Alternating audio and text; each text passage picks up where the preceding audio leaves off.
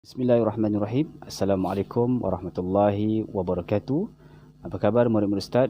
Alhamdulillah, sekali lagi kita dipertemukan dalam siri video penerangan mata pelajaran tajwid bagi tahun 6 sepanjang tempoh pengajaran dan juga pembelajaran secara online.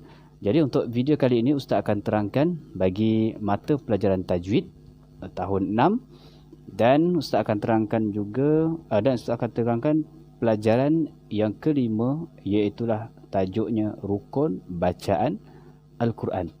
Dan kalau kita tengok pada bahagian isi kandungan, sebenarnya rukun bacaan Al-Quran ini sebenarnya adalah tajuk yang terakhir.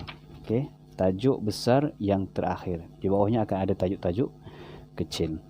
Baik, murid-murid boleh buka buku teks mata pelajaran tajwid tahun 6. Tengok pada muka surat 41. Okey, pelajaran yang kelima, rukun bacaan Al-Quran.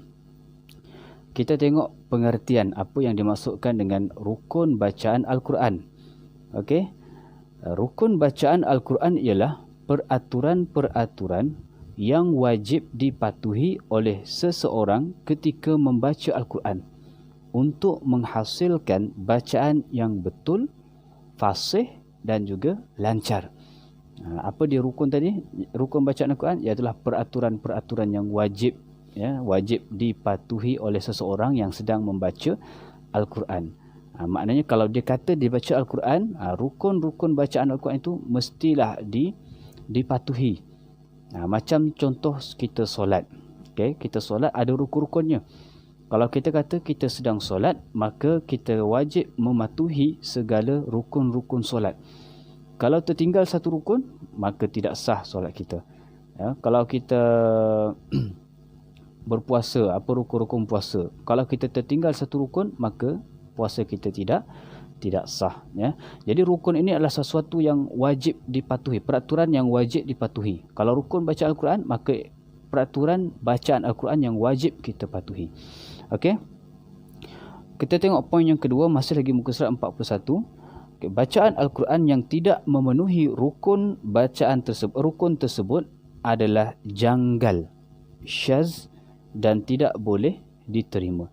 Maknanya kalau orang tu dia kata dia baca Al-Quran tetapi dia tidak mematuhi kaedah-kaedah ataupun rukun-rukun bacaan Al-Quran ini, dia tidak laksanakan, maka bacaannya tadi tu kita kata bacaannya janggal, bacaannya syaz dan kita tak boleh terima bacaan dia.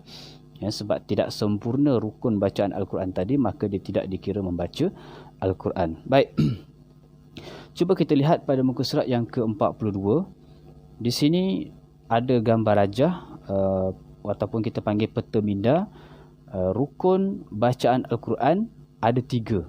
Okey, rukun bacaan Al-Quran ada 3. Yang pertama ialah mematuhi qawaidul arabiyah. Apa dia maksud mematuhi qawaidul arabiyah? Mematuhi itu maksudnya patuhlah. Qawaidul arabiyah iaitulah kaedah-kaedah bahasa Arab. Sebab bahasa Arab ni dia ada kaedah-kaedah dia tertentu. Okey, dia ada bentuk-bentuk ayatnya tertentu, dia ada hukum-hukumnya tertentu. Yang ini kita belajar dalam mata pelajaran bahasa Arab. Okey. Kemudian yang kedua ialah mesti bersambung sanad kepada Rasulullah sallallahu alaihi wasallam. Maknanya ayat-ayat Al-Quran yang dibaca itu ialah mestilah bersambung sanad sehinggalah kepada baginda Nabi sallallahu alaihi wasallam. Maknanya kita belajar Al-Quran daripada siapa? Daripada guru kita. Guru kita belajar daripada gurunya. Gurunya belajar daripada gurunya. Gurunya sampailah kepada Imam Hafs. Imam Hafs belajar kepada gurunya. Belajar kepada gurunya. Belajar kepada gurunya. Sampailah belajar kepada para tabi'in. Belajar pula pada para sahabat. Sampailah sehingga belajar daripada Rasulullah sallallahu alaihi wasallam. Jadi kalau ada contoh ada orang datang dia baca Quran pada kita. Dia dengar bunyi bacaan tu bacaan bahasa Arab. Dia baca, kita pun dengar kata-kata, ni ayat apa ni? Ayat Quran, ayat mana? Tak pernah dengar pun. Dia kata, aku dapat ayat Al-Quran ini daripada mimpi, contoh. Daripada mimpi. Ada orang datang dalam mimpi tu, dia bacakan kepada dia ayat Quran, kemudian dia pun amalkan. Padahal ayat tu tidak ada dalam Al-Quran, dalam mushaf Al-Quran. Maka yang itu tidak dikira sebagai ayat Al-Quran kerana tidak bersambung sanad kepada Nabi. Kemudian yang ketiga, rukun yang ketiga ialah mesti mengikut resam Utsmani. Apa dia resam Utsmani? Resam Utsmani itu kalau kita tengok mushaf yang ada pada tangan kita pada hari ini, itulah nama dia resam Utsmani. Maknanya dari sudut ciri-ciri penulisan dia, huruf-hurufnya, bentuk-bentuknya dan sebagainya, semuanya telah disusun mengikut resam Utsmani.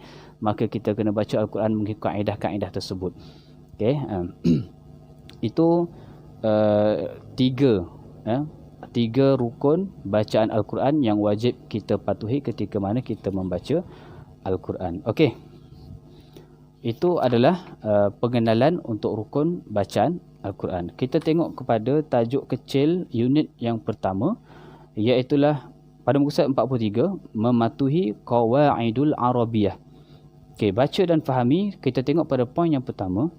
Seseorang yang membaca Al-Quran mestilah menepati salah satu daripada kaedah nahwu bahasa Arab, dan ia tidak boleh mengubah sebarang kalimah atau baris kecuali jika terdapat riwayat qurra yang mengharuskannya.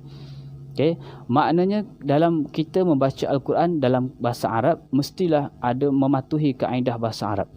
Mestilah ikut nahwu, kaedah nahwu bahasa Arab.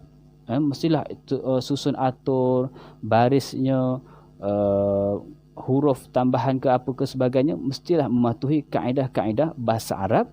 Yang ini kita dapat dalam ilmu bahasa Arab. Maknanya kalau kita belajar bahasa Arab, kita akan tahulah kaedah-kaedahnya, kenapa baca baris atas, kenapa baca baris bawah. Itu kaedah bahasa Arab. Okey, contoh misal seperti kalimah wal arhama. Okey, dalam ayat a'udzubillahi minasyaitonirrajim wattaqullaha allazi tasaaluna bihi wal arham innallaha kana 'alaikum raqiba. Baik, dalam ayat ini, dalam kalimah wal arhama, okay, kita tengok mimnya baris atas kan. Okay, dalam surah An-Nisa ayat 1. Baik, ada beberapa pendapat qurra. Yang pertama, Imam Hamzah membaca mim berbaris kasrah. Maksudnya dia baca barisnya lain. Wal arhami, dia baca baris bawah pada kalimah wal arhama tadi. Tapi kedua-dua bacaan sama ada wal arhami ataupun wal arhama, maka adalah menepati kaedah bahasa Arab. Kerana apa? Kalau kita cek dalam kaedah bahasa Arab, kenapa dibaca wal arhama, kenapa dibaca wal arhami? Okay, kenapa ada baca mim ada atas, kenapa ada mim baris bawah? Okey. Bacaan dengan baris atas, ini kaedah untuk yang berbaris atas. Bacaan dengan baris atas adalah mengikut kalimah Allah. Okey, kalau kita tengok ayat tadi, Allah ha. Okey, maksudnya ha tu pada atas, jadi wal arhama mengikut tabi', kita panggil kalau dalam kaedah bahasa Arab. Okey, tabi' wal arhama, tabi' kepada Allah, dia mengikut baris kalimah Allah. Baik, yang kedua, bacaan baris bawah mengikut ha dhamir pada kalimah bihi. Okey, jadi wal arhama ini tadi dia boleh tabi' kepada kalimah Allah, dia boleh juga tabi' kepada dhamir ha bihi tadi tu. Okey, sebab bihi tasaaluna bihi, bihi itu hi itu kembali kepada Allah.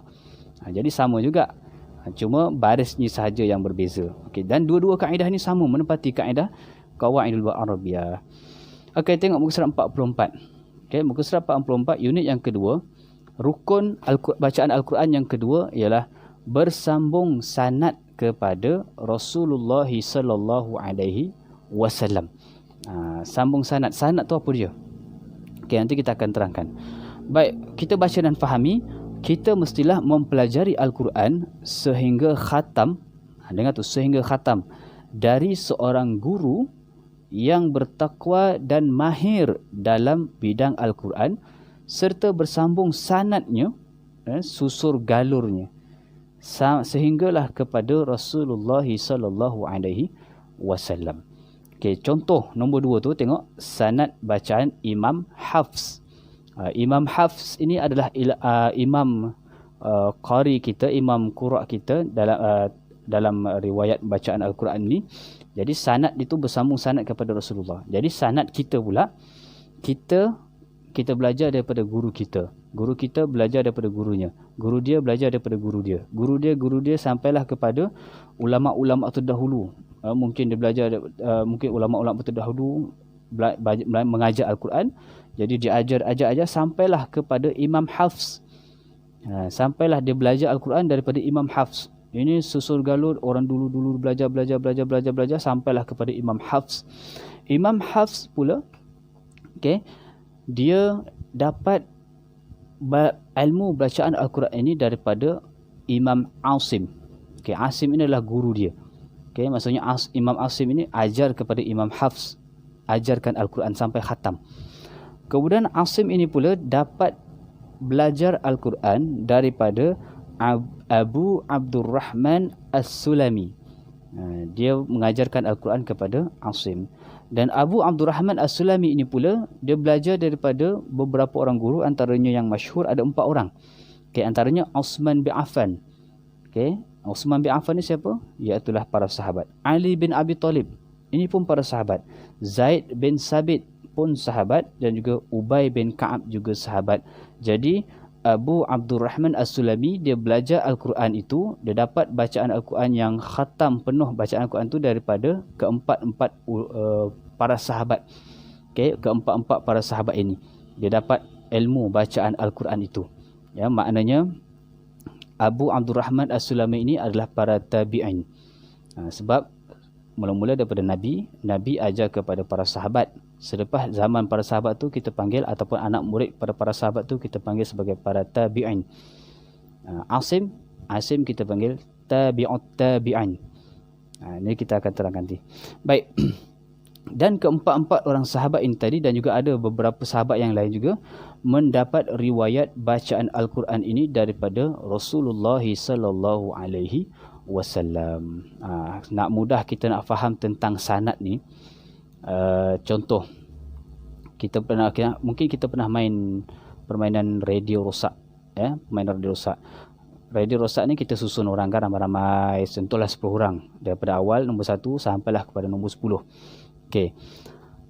Dalam ramai-ramai ni, orang yang pertama sekali tu dia akan diperdengarkan dengan satu teks, akan dibacakan dengan satu teks ataupun satu ayat. Contohlah, saya suka warna merah, tapi saya lebih gemar warna biru. Saya minat dengan warna kuning, tapi saya tidak suka kepada warna hitam. Contoh, orang pertama sekali dibacakan teks tadi tu. Kemudian bila dah dibacakan kepada orang pertama ini dia kena sampaikan pula kepada orang yang kedua. Okey, orang yang kedua. Jadi orang kedua pun terima. Disampaikan pula pada orang ketiga, disampaikan pula pada orang keempat, disampaikan pula pada orang kelima, keenam, ketujuh, ke-8, ke-9, sampailah orang yang ke-10. Sampai orang ke-10 ni, contohlah orang ke-10 ni adalah kita. Okey, orang ke-10 ni adalah kita.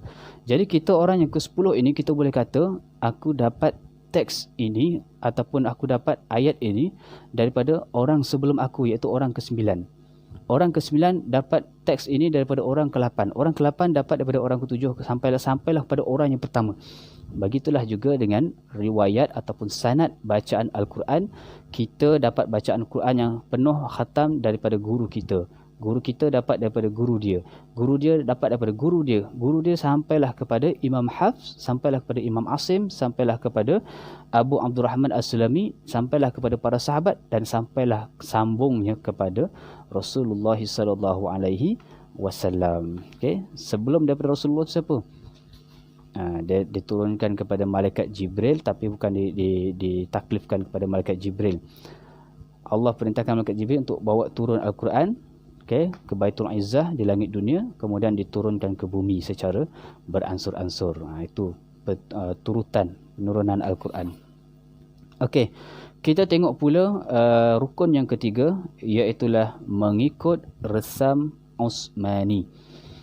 Baik, bacaan pada muka surat 45 ya. Bacaan Al-Quran hendaklah bertepatan dengan mushaf resam Uthmani. Kita juga mestilah mengetahui kaedah-kaedah yang digunakan dalam mushaf resam Uthmani, mushaf Al-Quran yang kita ada pada hari ini, supaya dapat membaca Al-Quran dengan betul dan fasih. Okay, contohnya ialah kalau kita lihat pada peta minda yang dibagi ini. Okay, kalau tengok pada muka surat 45, ada di sini ditulis resam imla'i, dan di sini ditulis resam Uthmani. Okay. Resam imla'i ini adalah tulisan asal bagi kalimah-kalimah tertentu. Okey, ejaan asal bagi kalimah-kalimah tertentu. Contoh dalam ini ditulis kalimah as-salata. Okey, as-salat, solat yang kita biasa laksanakan tu. Okey, as-salata, asal kalimah ejaan asalnya adalah alif lam sad lam alif ta marbutah. Itu ejaan asal, resam imla'i. Tetapi apabila dimasuk ke dalam resam Usmani, maknanya penulisan dalam kitab resam Usmani, dalam kitab Al-Quran yang kita baca pada hari ini, ejaan dia, hurufnya berubah, tapi bacaannya masih sama. Contohnya akan menjadi as-salata alif lam sad lam. Lam tu, sebelah lam tu dia ada waw kan, ada waw alif, itu sebenarnya alif. Okey, bukan waw. Jangan kita baca as-salawata salah. Jadi kaedah kena betul. As-salata. Ini penulisan dalam resam Usmani. Okey, begitu juga kita tengok kalimah yang kedua, iaitu al-alamina. Okey, al-alamina. Itu ejaan yang asal. Dalam kamus ke, dalam mana-mana ke, kecuali dalam mushaf resam Usmani lah, dia akan ejaan dengan ejaan begini, al-alamina. Okey, tetapi apabila ditulis dalam resam Usmani, maka alif selepas ain itu akan dikecilkan. Contohnya al-alamina. Yang ini kita biasa tengok dalam Al-Quran. Alhamdulillahirabbilalamin. Alamin. Okey, ada alif kecil di situ. Okey, hukum mat dia tetap sama. Okey, tidak berubah. Okey, dua harakat. Baik, kalimah yang ketiga adalah lil malaikati. Okey, lil malaikati, resam imla'i itu adalah tulisan asal, bentuk tulisan asal untuk kalimah lil malaikati. Bila masuk ke dalam resam Usmani, maka dia akan menjadi alif kecil, lil malaikati. Okey, tapi sama sahaja maksudnya, tidak berubah, cuma bentuknya sahaja yang berbeza. Dia bukan berubah ejaan tu, tidak, huruf ni tidak berubah, tapi cuma berubah bentuk saja. Okey, yang keempat adalah kalimah ya adamu. Ini kalimah asal, resam imla'i asal, ejaan asal, tulisan asal. Masuk dalam resam Usmani, maka dia akan menjadi ya adamu. Sebutan masih sama, tapi bentuknya sahaja yang berbeza, iaitu bentuk alif kecil tadi tu. Okey, baik. Itu 3 rukun bacaan Al-Quran, dan kita tengok pada tajuk kecil bawah tu, iaitu tahukah anda.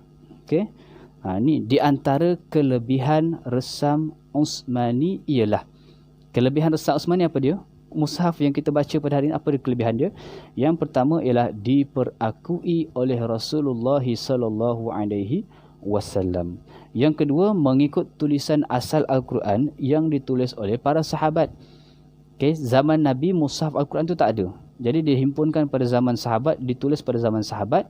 Jadi mushaf itu diperbaiki sampailah pada kita pada hari ini. Mushaf Al-Quran yang ditulis pada awal-awal zaman para sahabat dulu, dia tak ada baris, dia tak ada titik. Okey, kaedah penulisannya pun berbeza. Dia tak ada baris, dia tak ada titik. Tapi para sahabat boleh baca. Sebab apa dia boleh baca? Sebab dia orang dah hafal awal. Dia orang dah hafal. Jadi bila dia orang tengok bentuk macam itu, huruf macam tu, walaupun tak ada titik, walaupun tak ada baris, jadi dia orang boleh baca dengan bacaan yang betul, sebab mereka dah hafal lah. Sebab Al-Quran ni zaman mereka ni memang dah jadi sebati dengan darah daging mereka, dah sebati. Okay, dah menjadi bacaan harian, memang dah sangat serasi dengan hidup mereka. Itu zaman mereka lah.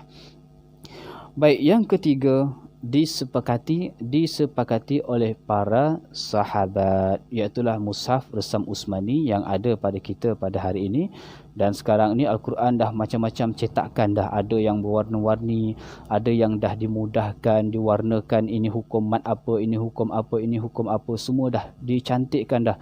Kulitnya pun dah pelbagai dah. Okay, saiznya pun sudah dikompakkan, dah dikecilkan, ada yang dah dinipis, ada yang digital pun dah ada. Kalau kita download dalam Android tu pun dah ada Al-Quran dan sebagainya. Jadi Al-Quran sekarang ni sudah dimudahkan untuk kita. Cuma tinggal untuk kita saja membaca, membaca, memahami dan juga mengamalkan ayat-ayat suci Al-Quran. Baik, habis dah selesai kita perbincangan pada hari ini, iaitulah rukun tajuk yang terakhir, rukun bacaan Al-Quran.